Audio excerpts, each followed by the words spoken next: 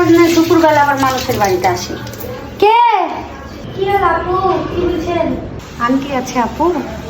খালা তো না এখন বাড়িতে, খালা গেছে ব্যাংকে টাকা তুলতে।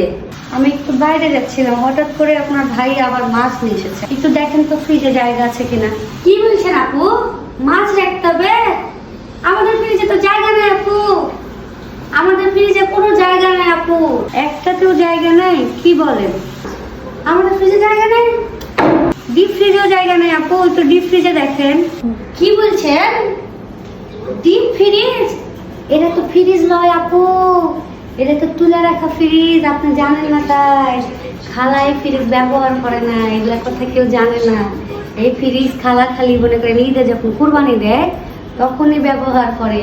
আর খালা সব মাছ মাংস কি করে জানেন, ওই যে আরেকটা ফ্রিজ আছে ওটাতে ঢুকে যখন হয় না তখন উপরের ভাড়াটিয়ার বাড়িতে রেখে আসে। এই যে তুলে রাখা ফ্রিজ আপনি আপনার নামে চেঞ্জ করে দিয়েছেন তো, তুলে রাখা ডিপ ফ্রিজটা আপনি বলছেন ডিপ ফ্রিজ।